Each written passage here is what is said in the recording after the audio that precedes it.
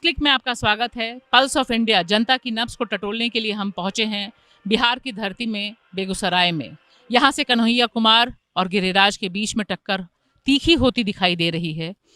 कन्हैया कुमार ने जिस तरह से देश भर में वामपंथी, लिबरल्स, सेकुलर सेक्शन को मोबिलाइज किया है, वह अपने आप में अभूतपूर्व है। अत्याचार भइल, लाल झंडा ठार भइल, जुल्म मिटाबे खातिर कान्हा के अवतार भइल। 15 लाख का वादा मोदी को याद दिलाएंगे। देखिए, इन जनरल ये चुनाव भारतीय लोकतंत्र के लिए एक अहम चुनाव है। भारतीय लोकतंत्र आने वाले 5 साल में किस तरह की चुनौतियों को फेस करने वाली है, उस लिहाज से ये चुनाव बहुत अहम है। वो एक तरफ प्रो गवर्नमेंट लोग हैं जिनको आप कह सकते हैं कि उसका फेस मोदी जी हैं, और ये फेस के पीछे जो फोर्स है वो है आपको जो क्रोनी कैपिटल है, जो कॉरपोरेट्स हैं, जो करप्ट ब्यूरोक्रेट हैं, जो पेड मीडिया है, जो आपको कम्युनल और कास्टिस्ट फोर्सेस हैं।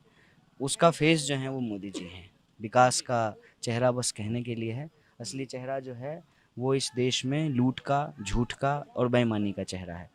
दूसरी तरफ जो है वो जो प्रो पीपल लोग हैं, आप कह सकते हैं कि उनका कोई चेहरा नहीं है।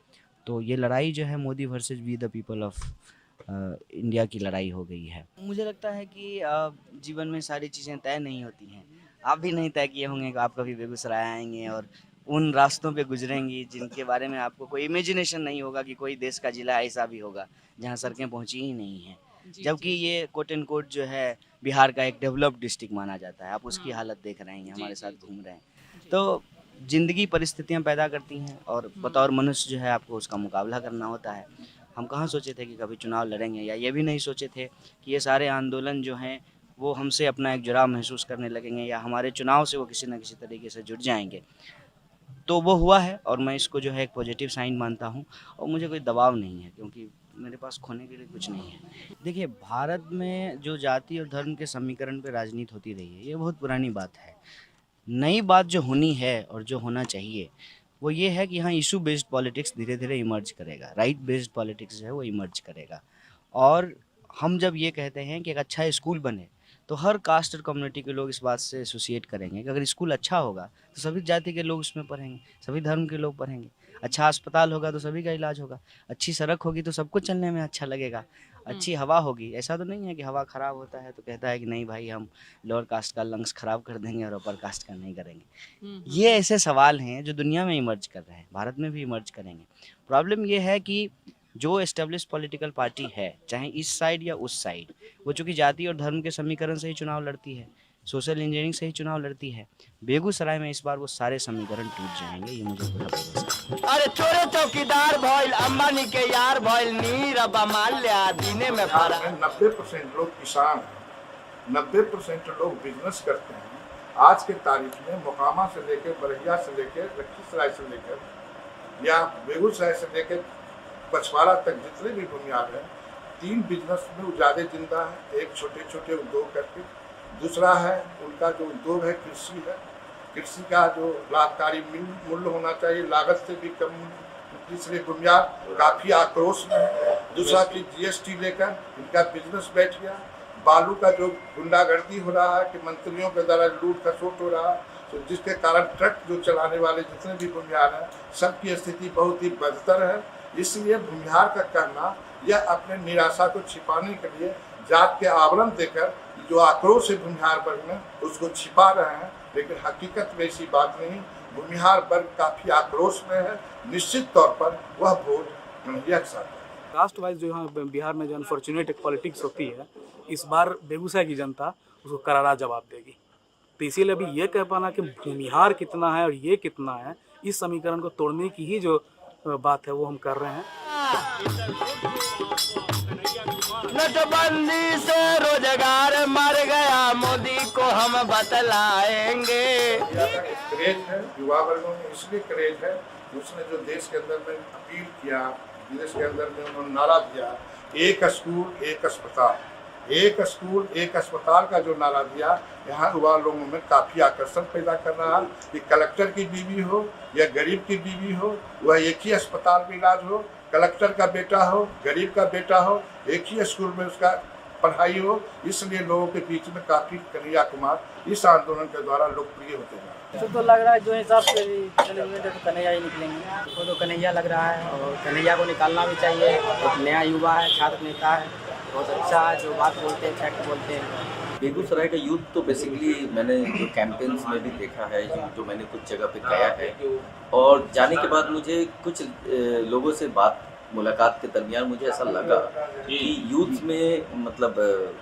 कन्हैया जी का डिमांड थोड़ा 2014 में जब इलेक्शन हो रहा था, हम लोग कितना भी जरूरी काम में रहते थे, और जब नरेंद्र मोदी भाषण देने आते थे तो हम लोग कुर्सी खींच कर बैठ जाते थे कि नहीं सही, ये है वो है, देश की प्रॉब्लम है। आज आप देख लीजिए, इनका पूरा क्लिप उठाकर देख लीजिए, कहीं बेरोजगारी की बात है, कहीं पर भी बेरोजगारी जो कि मेन समस्या है। पाकिस्तान कोई बहुत बड़ा मुद्दा नहीं है, कल भी नहीं था और आज भी नहीं है। हम तो ये कहते हैं कि मैडम 5 काम भी नहीं है मेरे पास गिनाने के लिए 5 सालों में जो इन्होंने किया, 5 काम भी नहीं है। आप टॉयलेट की बात करते हैं, क्या इनके पहले जो सरकार थी मनमोहन सिंह की, क्या उसमें टॉयलेट के लिए पैसा नहीं गया? मेरा खुद का अकाउंट आप चेक कीजिए 2013 का 12 का, मैं स्टेटमेंट देता हूँ, मेरे को मिला हुआ है। लेकिन होता क्या था ना कि वो ये सब चीज़ पर नहीं ध्यान देते थे कि हमने ये कर रहे हैं, ये छोटा सा भी काम करते हैं ना, उसका पैकेजिंग बहुत बढ़िया करते हैं। सर्जिकल स्ट्राइक, क्या इसके पहले सर्जिकल स्ट्राइक नहीं हुआ है क्या? 1971 में जब इंडिया और बांग्लादेश अलग हुआ, क्या उससे भी बड़ा कोई सर्जिकल स्ट्राइक हो सकता है? झांसे में ना आएंगे, कान्हा को जिताएंगे। झांसे में ना आएंगे, कान्हा को जिताएंगे। बेगूसराय के बेटे कन्हैया कुमार के लिए प्रार्थना के लिए आया हूँ, धन धन से प्रार्थना करने के लिए आया हूँ कि आप एक बार इसे बेगूसराय से संसद में भेजिए। मैं दिल्ली से कन्हैया कुमार को दिल्ली लेने के लिए आया हूँ। क्योंकि आजकल लोगों को, बच्चों को क्या लग रहा है, नेता का बेटा नेता बन सकता है, पैसे वाले का बेटा बन सकता है, जहाँ बाहुबली का। लेकिन कन्हैया जी जीतेंगे तो आप देखिएगा उनको भी बल मिलेगा, जो इस फील्ड में आना चाहते हैं और कुछ करना चाहते हैं, उनको लगेगा भी नहीं एक आम आदमी पढ़ा लिखा युवक जाएगा तो लोग उसका साथ देंगे। इसलिए हम इनको जिताना चाहते हैं भी ये कन्हैया जीतेगा तो एक नई लहर पैदा होगी। 2012 के विधानसभा चुनावों में मेरे जो टीचर थे फादर बिस्मार्क, उन्होंने ये टी शर्ट पहनी थी। 3 साल बाद में उनकी हत्या हो गई। उनका मर्डर होने के बाद से उनकी पिटीशन में हैंडल कर रहा हूँ, और आज कन्हैया को सपोर्ट करने के लिए ये मेरा फादर बिस्मार्क को ट्रिब्यूट है, ये मेरे टीचर को मेरा ट्रिब्यूट है जिनका मर्डर हो चुका है। यहाँ से बहुत कुछ फर्क पड़ेगा, क्योंकि पूरा देश का जो आशा किरण उभर के आ रहे हैं कन्हैया कुमार, इसलिए कन्हैया कुमार का वॉइस पार्लियामेंट में जाना बहुत ज़रूरी है। उसके लिए हम बिहार के लोगों को, स्पेशली बेगूसराय के लोगों को कन्विंस करने के लिए यहाँ पे आए हैं। हम लोग बेगूसराय वालों को ये मैसेज देना चाहता हूँ कि कन्हैया सिर्फ बेगूसराय का नेता नहीं बनेगा, कन्हैया पूरा हिंदुस्तान का नेता बनेगा। इसलिए हिंदुस्तान को डेमोक्रेसी, हिंदुस्तान को सेकुलरिज्म को बचाने के लिए कन्हैया को वोट देना एवं जिताना है बेगूसराय के लिए फर्ज पड़ता है। कन्हैया कुमार का जो आह्वान है, जो उसकी आवाज़ है, उसको सुनकर मैं प्रेरित होकर यहाँ आया हूँ, उसके जो है कारोबार में, उनके कारोबार में हिस्सेदार बनने के लिए। अरे देश में मचा लूट बा, मोदी माने झूठ बा, खाई खातिर काजू रोटी 90 लाख के सूट बा। कन्हैया की जीत में जिस तरह से वामपंथ और तमाम और ताकतें, सिर्फ वामपंथ ही नहीं, जो सेकुलर ताकतें हैं, जो डेमोक्रेटिक ताकतें हैं, जो लिबरल ताकतें हैं, जिनका हुजूम बेगूसराय में जमा हुआ है, वह जिस तरह की बातें कर रहे हैं, जिस तरह से प्रचार प्रसार कर रहे हैं और बेगूसराय से अपील कर रहे हैं कि वह वहाँ से वोट दें, कन्हैया को जिताएं, इससे ऐसा लगता है कि जो कटिंग अक्रॉस पॉलिटिकल स्पेक्ट्रम है उसमें कन्हैया ने जीत हासिल की है।